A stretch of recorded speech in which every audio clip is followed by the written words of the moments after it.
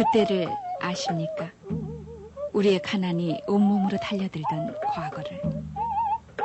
오늘 같은 밤이 되면 두고 온 고향의 명절이 싸늘한 아파트의 철문을 열고 들어옵니다. 고향의 사립을 뛰쳐나와 아파트의 난간에 매달린 추석 달무리 속에는 낡은 신문지 속에 희미한 동그라미 사진처럼 잊혀진 그때가 드리워져 있습니다. 지금 우리가 익명이었으면 하는 그때의 가난과 비패. 불과 30-40년 전의 그때는 회상처럼 추억처럼 편지에 쓸 일이 아닙니다. 햄 조각을 먹는 오늘의 아이들 앞에서 수제비를 추억 삼아 먹으며 그 햄 조각이 꿀꿀이죽 속의 가장 큰 건건이었음을 기억하는 어른들. 63층 빌딩을 조르는 아이들에게 시공간을 설명할 수 없는 어른들. 붕어가 누워있는 풀빵을 먹으며 끓인 물 담은 유담보로 겨울을 나던 일. 배 꺼진다 뛰지 말라던 할머니와 전기 단다 일찍 자라던 어머니의 얘기를 들으며, 그리고 솔껍질을 벗겨 먹으며 밀교를 씹던 아이가 어느 날 큰 군화를 끌고 까맣게 염색한 군복을 입고서 계절을 앓던 그때. 오늘처럼 그때도 추석 명절에 대한 설렘이 있었습니다. 언젠가는 잘 살 수 있는 날이 있을 것이라는 기대와 희망이 있었기 때문입니다. 그리고 그 날들이 왔습니다. 그러나 그 대신 오늘 우리는 그때의 그 희망을 가졌던 날들을 잊고 말았습니다.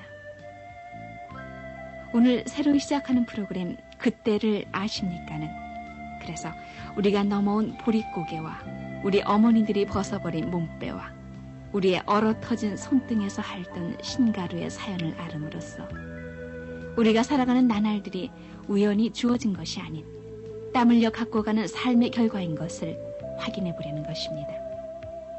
지금 희망은 더합니다. 군내나고 가난했던 것, 추웠던 것 대신에 자리 잡은 넘치도록 넉넉한 오늘과 내일에 대한 또 다른 기대가 있기 때문입니다. 그리고 좋은 날을 살아가려면 우리 오늘의 갈등과 투정이 얼마나 허망스러운가를 그때를 통해 확인합니다. 오늘 고향으로 가는 19날 달은 보름달보다 16날 달보다 더 아름답습니다.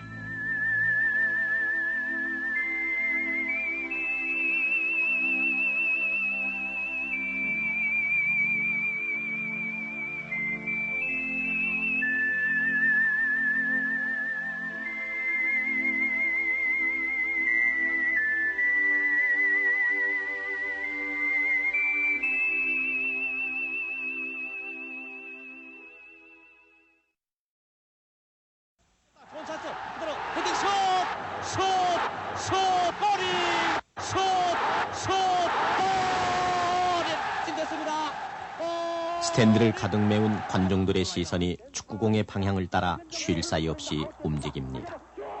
한숨과 환호가 교차하고 슛하는 순간 자리를 박차고 일어선 관중들은 그물이 출렁하는 순간 자신도 모르게 탄성을 지르고 맙니다. 남녀노소 누구나 좋아하는 축구. 공 하나면 축구는 언제나 어디서나 누구나 즐길 수 있습니다. 이제 모레면은 아시아 경기대회가 열립니다마는 올림픽 경기건 지역 경기건 그 경기의 휘날에는 어김없이 축구 결승으로 끝을 맺는 걸 보면은 축구는 우리나라뿐 아니라 세계인들이 가장 열광하는 경기임에 틀림이 없습니다. 이제 우리나라에도 전문적인 축구팀만 전국에 400개 팀, 일반인들이 취미로 즐기는 조기 축구팀이나 직장별, 지역별 아마추어 축구팀은 헤아릴 수조차 없습니다. 모두가 산뜻한 축구복에 축구화를 신고 아무리 이름 없는 팀이라도 예비공 서너 개쯤은 준비되어 있습니다. 차던 공이 터지면은 다른 공을 차면 되고 그 공도 터지면은 새 공을 사면 됩니다. 그러나 쭈그러진 축구공 하나를 얻기 위해 20리 산길을 맨발로 뛰어갔었다는 불과 30-40년 전의 얘기가 까마득한 옛날 얘기로 들리는 것은 우리들이 오늘에만 집착해 살아왔지 그때 그 어려웠던 우리의 어제를 너무나 쉬이 잊고 살아가기 때문일 것입니다. 지금 학생들이 옷을 입은 건 보시다시피 얼마나 아름다운 복장을 입고 얼마나 좋은 볼에다가 얼마나 좋은 축구화에다가 장비들을 갖추고 볼 차는 것을 저희들이 지금 보고 있습니다. 우리 어린 시절에는 이와 같이 좋은 볼이라든가 좋은 유니폼이라든가 또 그리고 좋은 환경 속에서 볼을 차본 일이 없습니다. 더군다나 제정 때에 축구를 시작해가지고 그 어려움 속에서 일본 사람이 말리는 것을 억지로 찾지만 해방 이후에도 빈곤 속에서 장구를 제대로 갖추지 못하고 또 좋은 환경을 저희들은 가질 수가 없었습니다. 그런 빈곤 속에서 오늘 이와 같은 장족의 발전을 했다는 것은 비단 한강면의 기적뿐만 아니라 우리 한국의 경제적인 기적을 안 둘 수 없습니다. 지금 우리가 경제 없이는 모든 문화가 성장할 수 없습니다. 바로 이 축구볼 하나가 그 나라의 국민의 문화 수준을 말하고 있습니다.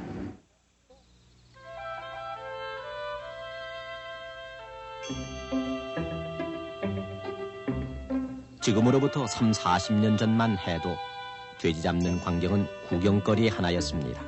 해방이 되고 그리고 전쟁이 닥쳐들어서 우리의 삶이 혼돈과 황폐의 밑바닥에 눌려있을 때이니까 마을의 혼사나 회갑 같은 큰 잔치나 벌어져야 돼지를 잡았습니다. 그것도 고작 1년에 겨우 한두 번. 생선이나 고기는커녕 어른아이 할 것 없이 풀처럼 쑤어 만든 불대죽이 다반사였고 그나마 쉬 꺼진다고 깡충거지지도 못하게 하던 그런 시절이었습니다.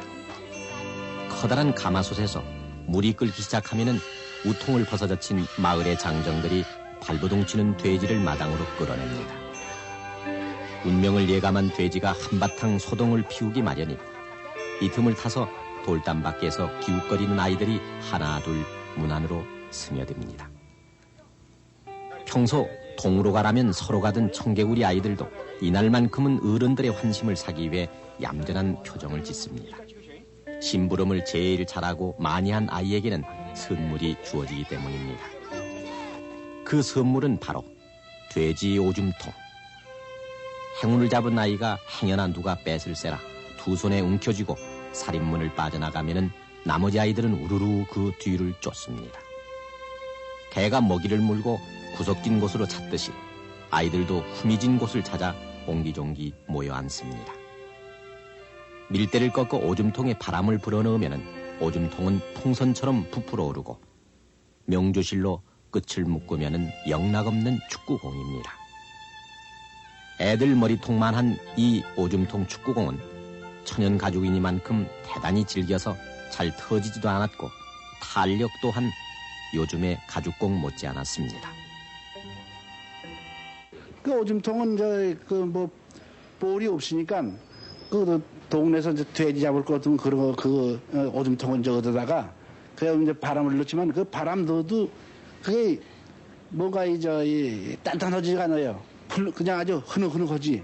예, 그걸 놓고 이제 치면 멀리도 안 갑니다. 그냥 치면은 그냥 그 댁대굴 굴르고 이제 그 흙이 묻어요. 그거 더럽지 사실 말이에요. 그런 걸 그래도 그게 없으니까 그거라도 그냥 치고 또 그게 없으면 정말 그 새끼를 이제 이렇게 말아설랑한 이제 그 속에는 이제 뭐 그 헌 누대기 같은 걸 이렇게 전부 이렇게 해서 볼을 맹글어 가지고 치기도 하고.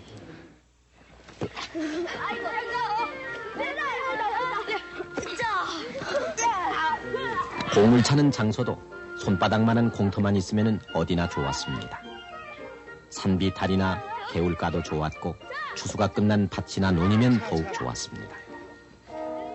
돌불이 나무뿌리에 무릎이 까지는지도 모르고 흙먼지를 하얗게 뒤집었을 때까지 오줌통을 차댔습니다. 이 아이들이 지금의 40-50대 장년들입니다. 남자아이들이 오줌통을 차는 동안 여자아이들은 그네를 띄었습니다. 마을에서는 커다란 당산나무에 줄을 매 그네를 띄었고 학교 같은 데서는 통나무를 잘라 기둥을 세우고 새끼를 꼬아 줄을 맸습니다. 깡충치마 또는 통치마라고 불렸던 짧은 치마를 입은 여자아이들은 길게 따은 머리를 바람에 휘날리며 담장 너머 옥수수밭 사이로 오줌통에 정신이 팔린 아이들을 볼 수 있었습니다. 어른들도 아이들과 큰 차이는 없었습니다. 일제가 남기고 간 검은 조끼라든가 각반을 차고 더러는 집신이나 고무신이 벗겨지지 않도록 새끼줄을 질끈 동여맨 차림으로 공을 찼습니다. 공도 새끼를 천이나 솜에 동여맨 새끼공이나 소털을 모아 뭉친 소털공 또는 소, 돼지 같은 가축의 오줌통이었습니다. 도시 근처에서는 오호공이라고 불렸던 조그만 고무공을 차던 곳도 있었지만 가죽이 씌어져 있지 않은 한 겹짜리 그 고무공도 보통 귀한 게 아니었습니다.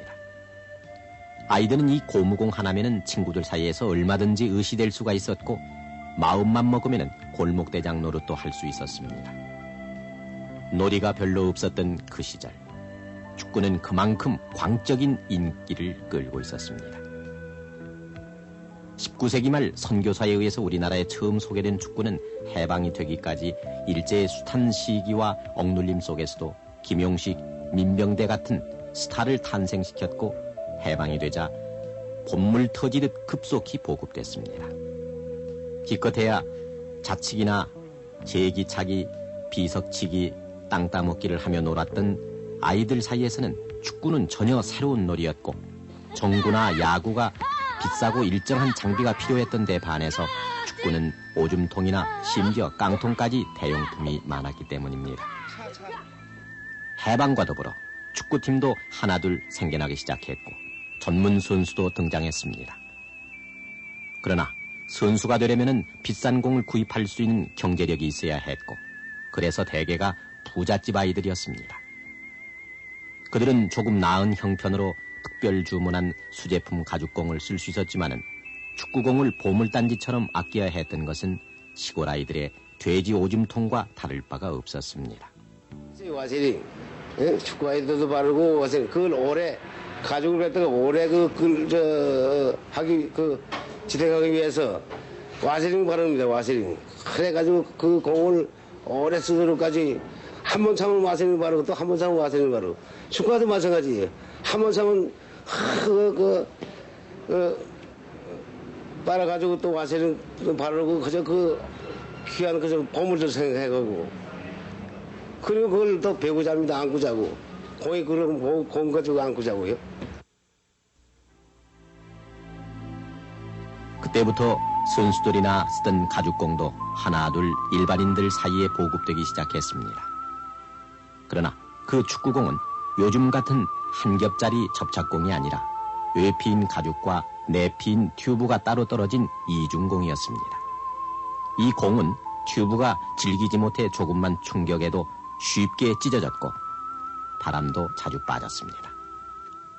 깊고 때우고 바람을 넣기 위해 축구공은 수시로 자전거포를 들락거렸고 공이 못 쓰게 될 때쯤이면은 원래 튜브가 거의 보이지 않을 정도로 꿰매거나 더 쉬운 고무가 덮여 있기 마련이었습니다. 이렇게 축구를 하는 건지 노역을 하는 건지 모르게 뛰어다니는 사이 축구의 매력에 자신도 모르게 빨려든 아이들은 시간 가는 줄 모르고 공을 차며 놀았습니다. 그러나 이런 건전한 놀이조차 마음 놓고 즐길 수 있는 시절은 아니었습니다. 요즘 아이들이 자연학습을 통해서나 어려움풋이 알고 있는 소먹이기, 꼴배기는 물론이려니와 나무하기, 애기보기, 빨래하기 등 집안의 자질구레한 일들은 의뢰의 아이들 몫이었기 때문입니다. 농사일에 바쁜 부모님들은 새벽에 밭에 나가면은 해가 저물어서야 집으로 돌아오셨고 학교 갈 나이만 되면은 아이들도 당연히 그러려니 여겼습니다. 공을 찬다고 밥이 생기니 돈이 생기니 하시는 부모님들 앞에서 아이들은 그저 고개를 숙일 뿐이었습니다. 지금 반평생을 축구와 함께 살아온 40, 50대 축구인들은 누구나 그런 경험 속에서 축구를 시작했습니다. 전쟁이 한창이던 1951년 여수에서 열린 군경민 전국 친선축구대회는 당시 우리의 생활이 얼마나 어려웠었나를 간접적으로 보여줍니다. 이 대회는 당시 고 김용식 씨가 주축이었던 사청공군, 홍도경 씨가 골키퍼로 뛰었던 부산 조선방직, 막강한 실력의 순천철도 등 전국의 쟁쟁한 팀들이 망라된 전국 규모의 대회였음에도 불구하고 골포스트는 통나무와 대나무로 만들어 세워졌고 골네트는 새끼를 꼬아 엮은 것이었습니다. 전쟁 중이었음을 감안한다 하더라도 전국 규모의 축구대회로서는 민망한 노릇이었습니다. 전쟁이 끝나서도 사정은 좀처럼 나아지지 않았습니다. 1956년에 있었던 국가대표팀의 외상 항공료 사건은 지금도 축구인들 사이에 유명한 일화로 남아 있습니다. 제1회 아시아 축구대회 예선과 본선 경기에서였습니다. 동부지역 예선 2차전을 위해 대만으로 출발을 해야 할 우리나라 국가대표팀은 파견 비용을 마련하지 못해 결국 항공료를 외상으로 달고 떠났고 심적 열등감에도 불구하고 대만을 2대1로 격파해 국민들의 눈시울을 적셨던 것입니다. 어려운 재정 형편상 곧이어 열린 홍콩에서의 본선 경기 때에도 마찬가지 과정을 겪을 수밖에 없었습니다. 쉽게 믿기지 않는 얘기지만은 지금으로부터 꼭 30년 전의 일이었습니다.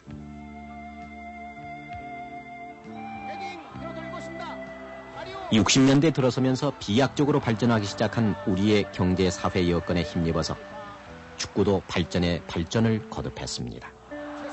몇 번의 좌절과 실패는 있었지만은 아시아 최강에 오른 지는 이미 오래됐습니다.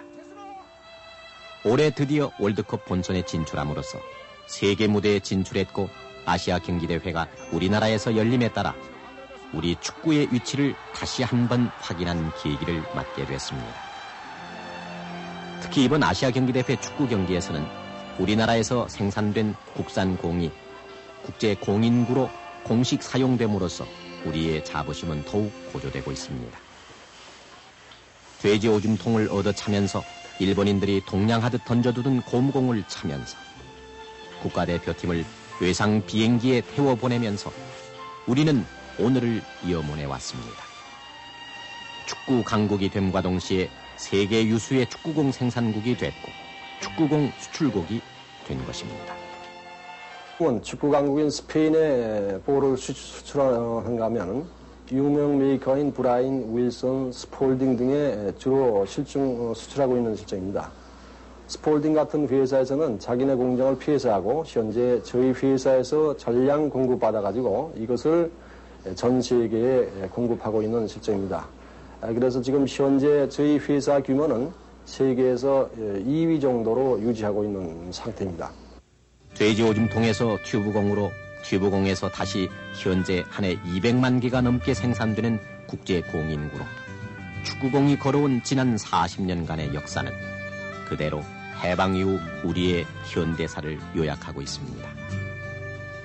푸른 잔디구장에서 울긋불긋한 유니폼을 받쳐 입고 반짝이는 축구화로 경기용 축구공을 차는 어린이들에게 축구공이 헤쳐온 지난 40년간의 가시밭길은 결코 캐캐묵은 옛날일 수 없습니다.